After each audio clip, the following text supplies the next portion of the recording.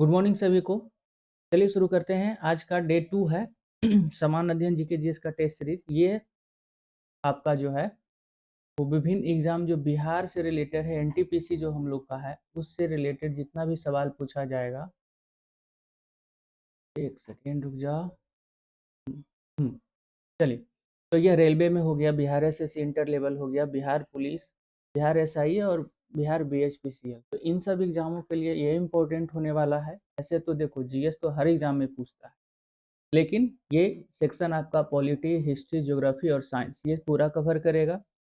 अभी क्वेश्चन थोड़ा कम है, पहला और दूसरा दिन क्वेश्चन का संख्या बढ़ाया जाएगा जैसा कि आप लोग बोलेंगे। तो चलिए, पहला सवाल है, शांति काल का सबसे बड़ा वीरता पुरस्कार कौन सा है? शांति काल का सबसे बड़ा वीरता पुरस्कार है आपका, पहला ऑप्शन है शौर्य चक्र, कीर्ति चक्र, अशोक चक्र और वीर चक्र। तो आंसर होगा इसका शौर्य चक्र। कौन सा आंसर होगा? शौर्य चक्र। सवाल नंबर 2 कि पटना विश्वविद्यालय की स्थापना किस वर्ष की गई? ये सवाल बहुत बार बिहार के एग्जाम में पूछा गया है, इतना बार पूछा गया है सो पूछो मत, लगभग हर एग्जाम में पूछ ही लेता है। तो पटना विश्वविद्यालय का स्थापना किस वर्ष हुआ था? एक बार में याद रखो, 1917 में। नेक्स्ट सवाल आपका कहता है कि ऑपरेशन कावेरी का संबंध किससे है? भारत तुर्की, भारत सूडान, भारत अफगानिस्तान, भारत और यूक्रेन। तो भारत सूडान का है। ऑपरेशन कावेरी का संबंध भारत सूडान से है। जब सूडान में अनरेस्ट हुआ था तब वहां से अब भारतीयों को निकालने के लिए आपका ऑपरेशन कावेरी चलाया गया था। चौथा नंबर सवाल है, किस राज्य द्वारा लाडली बहना योजना की शुरुआत की गई है? तो पहला ऑप्शन है गुजरात, मध्य प्रदेश, पश्चिम बंगाल और छत्तीसगढ़। तो आपका आंसर होगा मध्य प्रदेश। नेक्स्ट सवाल, 5 नंबर सवाल आपका है, इसके द्वारा प्रोजेक्ट हिमांग शुरू किया गया है? पहला ऑप्शन है सीआईएसएफ, दूसरा बीआरओ, तीसरा बीएसएफ और चौथा है आईटीबीपी। तो इसका होगा आंसर बीआरओ। चलिए, छठा नंबर सवाल, हाल ही में किस देश में 3 लोगों के डीएनए वाला बच्चा का जन्म हुआ है? अब ये भी करामत ही है। अमेरिका में हुआ है, जापान में हुआ है, भारत में हुआ या फिर ब्रिटेन में? तो इसका आंसर होगा आपका ब्रिटेन।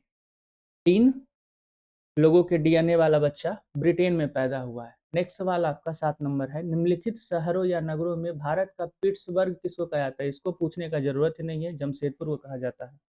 भारत का पिट्सबर्ग जमशेदपुर को कहा जाता है। चलिए, बैलाडीला कहाँ है? छत्तीसगढ़ में। किस खनिज उत्पादन के लिए प्रसिद्ध है? बॉक्साइड के लिए, तांबा के लिए, लौह अयस्क के लिए या फिर जल विद्युत के लिए? तो ये है लौह अयस्क के लिए। तो बैलाडीला लौह अयस्क के लिए प्रसिद्ध है। नेक्स्ट सवाल, 9 नंबर सवाल आपका है भाई, कि निम्नलिखित में से किसका संबंध कथकली नृत्य से नहीं है? निम्नलिखित में से किसका संबंध कथकली नृत्य से नहीं है? ये नहीं बहुत इंपॉर्टेंट है। कृष्ण नायर, राधा मोहन, बी नारायणन और मायाधर रावत। तो मायाधर रावत का संबंध कथकली से नहीं है, इनका है ओडिसी नृत्य से।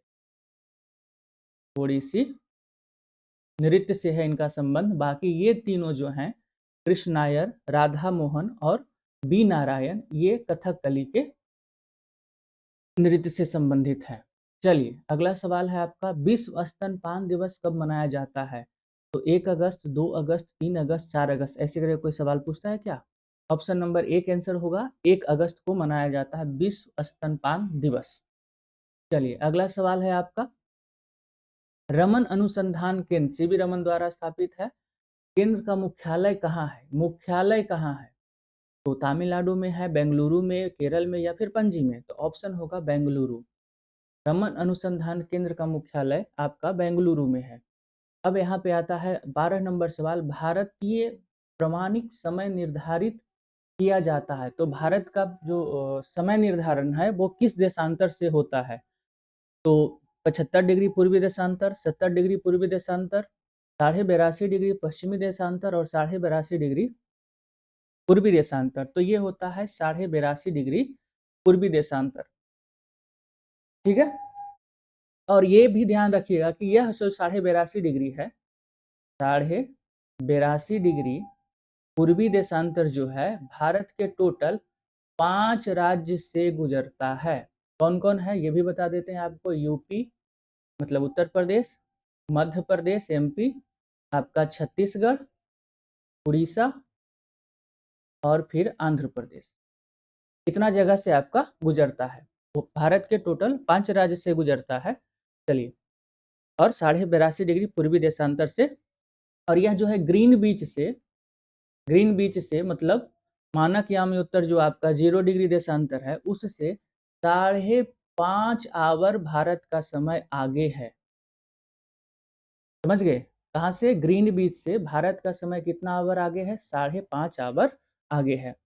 आप लोग यदि यहाँ तक पहुँचे हैं, अच्छा लग रहा होगा वीडियो, तो कमेंट करके हमको ज़रूर बताइएगा कि किस सेक्शन का क्वेश्चन आप लोगों को ज़्यादा चाहिए, या फिर अब सेपरेट भी लेकर के आएंगे। और क्वेश्चन का संख्या यदि बढ़ाना हो तो हमें ज़रूर इन्फॉर्म कीजिएगा, इससे हमको काम करने में थोड़ा मदद मिलेगा। पता, बेनेगर महाद्वीपीय विस्थापन का सिद्धांत संबंधित किससे है? बेनेगर एक साइंटिस्ट हुए जो महाद्वीपीय विस्थापन का सिद्धांत दिया, वो किससे संबंधित है? तो महाद्वीप और महासागरों के उत्पत्ति से, भूकंप और ज्वालामुखी के उत्पत्ति से, पर्वत पाठार के उत्पत्ति से, या भूकंप ज्वालामुखी के विसरण से।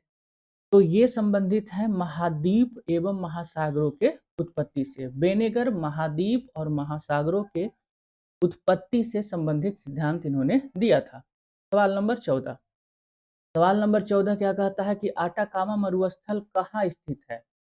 आटाकामा मरुस्थल कहाँ स्थित है? पहला है ऑस्ट्रेलिया में, अफ्रीका में, एशिया में, या दक्षिण अमेरिका में। तो यह है आटाकामा मरुस्थल दक्षिण अमेरिका में। चलिए, सवाल नंबर 15 क्या कहता है? 15 कहता है निम्नलिखित में से कौन सा युग्म सही नहीं है? कौन सा सही नहीं है? सही है जो नहीं सही है वो पता करना है। तो pampas Argentina, downs Australia, weld दक्षिण अफ्रीका, और लानोज चिली। तो ये वाला सही नहीं है, लानोज चिली में नहीं है। समझ गए? लानोज चिली में नहीं है, लानोज है वेनेजुएला में। ठीक है, बाकी सब सही है। पंपाज अर्जेंटीना में है, डाउन्स ऑस्ट्रेलिया में है, बेल्ट दक्षिण अफ्रीका में है, और लानोज कहाँ है? वेनेजुएला में। नेक्स्ट सवाल पे चलते हैं। प्रोजेक्ट टाइगर की शुरुआत कब हुई थी? ये भी बहुत बार सवाल पूछा है। तो 1973, डायरेक्ट याद रखिए, प्रोजेक्ट टाइगर 1973 में स्टार्ट हुआ था। सवाल नंबर 17। सवाल नंबर 17 कहता है भारत का सबसे बड़ा बाघ अभ्यारण्य निम्नलिखित में से कौन सा है? कैमूर वन अभ्यारण्य, नागार्जुन सागर वन अभ्यारण्य, रणथंभौर अभ्यारण्य, सोमेश्वर अभ्यारण्य। तो नागार्जुन सागर वन अभ्यारण्य जो है सबसे बड़ा बाघ अभ्यारण्य है। सबसे बड़ा कौन सा अभ्यारण्य है? बाघ अभ्यारण्य है, और यह है आपका आंध्र प्रदेश में। कहाँ है आपका? आंध्र प्रदेश में। ठीक है, चलिए आगे चलते हैं। 18 नंबर सवाल। 18 नंबर सवाल कहता है अंग्रेजी साहित्य के लिए पहली बार ज्ञानपीठ पुरस्कार कब दिया गया? कब दिया गया है? 2005 में, 2008 में, 2015 में, 2018 में। तो अंग्रेजी पुरस्कार के लिए साहित्य में ज्ञानपीठ पुरस्कार जो है, अंग्रेजी साहित्य के लिए ज्ञानपीठ पुरस्कार पहला बार दिया गया है 2018 में। सवाल नंबर 19। बर्फानी तूफान किस प्रकार की आपदा है? तो यह वायुमंडलीय आपदा है। बर्फानी तूफान वायुमंडलीय आपदा है। नेक्स्ट क्वेश्चन, 20 नंबर सवाल क्या कहता है? 20 नंबर सवाल कहता है अशोक को सर्वप्रथम कहाँ का शासक नियुक्त किया गया था? तो अशोक को कहाँ का किया गया था? पहला ऑप्शन है विदिशा, ललितपतन, उज्जैन, या तक्षशिला। तो उज्जैन में किया गया था। अशोक को पहली बार जो शासक नियुक्त किया गया था वह कहाँ किया गया था? उज्जैन में। 21 नंबर सवाल है निम्नलिखित में से किसने वर्नाकुलर प्रेस एक्ट लागू किया? 21 नंबर सवाल है किसने लागू किया? तो पहला ऑप्शन है लॉर्ड लिटन, दूसरा है लॉर्ड रिपन, तीसरा है लॉर्ड कर्जन, और चौथा है वारेन हेस्टिंग्स। तो ये किया था आपका लॉर्ड लिटन ने। कौन किया था? लॉर्ड लिटन में किया था, और 1878 में किया था। और फिर रिपन जो है इसको समाप्त किया था 1882 में। लिटन वर्नाकुलर प्रेस एक्ट लाया था, और रिपन समाप्त किया था 1882 में। जब लाया था ठीक है, आगे बढ़ते हैं। नेक्स्ट सवाल, 22 नंबर सवाल है आपका कि पर्यावरण अनुकूल उपभोक्ता उत्पादों को चिन्हित करने के लिए सरकार द्वारा क्या आरंभ किया गया? पर्यावरण अनुकूल उपभोक्ता उत्पाद को पहचान करने के लिए क्या आरंभ किया गया है? तो eco mark, egg mark, water mark, ISI mark. तो इसके लिए पर्यावरण के लिए किया गया है इको मार्क। पर्यावरण अनुकूल उपभोक्ता उत्पादों को चिन्हित करने के लिए इको मार्क दिया जाता है। सवाल नंबर 23, विश्व का विशालतम पारिस्थितिक तंत्र निम्नलिखित में से क्या है? बहुत बार पूछा, आप लोग को पहले से पता होगा कौन सा है, बता दो। पर्वत है, वन है, घास का मैदान है, समुद्र, कौन सा है? बोलोगे सर समुद्र है। सवाल नंबर 24, निम्नलिखित शासकों में से किस एक ने 4 अश्वमेध यज्ञ का संपादन किया? सवाल नंबर 24 का जवाब जरा हमको कमेंट में करके दो, कौन किया था? ठीक है, कौन किया था? तो पुष्यमित्र शुंग किया था, समुद्रगुप्त किया था, या फिर प्रवरसेन प्रथम किया था, और ऑप्शन नंबर 4 है चंद्रगुप्त द्वितीय। तो ये किया था प्रवरसेन प्रथम। सवाल नंबर 25, चोल राजाओं में किस एक ने सिलोन पर विजय प्राप्त की थी? चोल राजा में, सिलोन का मतलब अभी का श्रीलंका समझ लो, ठीक है। किसने श्रीलंका पर विजय प्राप्त किया था, कौन था? क्या ऑप्शन ए है आदित्यवन, राजेंद्र प्रथम, राजा राज प्रथम, या फिर विजयालय? तो इसका ऑप्शन कैंसर होगा, राजेंद्र प्रथम ने किया था। सवाल नंबर 26, सवाल नंबर 26 कहता है सूची 1 को सूची 2 से मिलान कीजिए। तो देखो, ऋग्वेद है, यजुर्वेद है, सामवेद है और अथर्ववेद, चारों वेद दे दिया गया है, और चारों वेद में कहा गया है क्या क्या का बात किया गया है, चारों वेद में किस चीज के बारे में बताया गया है, उसको मिलान करना है। तो अब चलते हैं सामवेद। देखो, सामवेद का होता है संगीतमय स्रोत, सामवेद का होता है संगीतमय स्रोत। अथर्ववेद का होता है ऋग्वेद स्रोत और प्रार्थना है, ऋग्वेद से स्रोत और प्रार्थना है, मतलब सी का वन यहाँ है और सी का वन यहाँ है।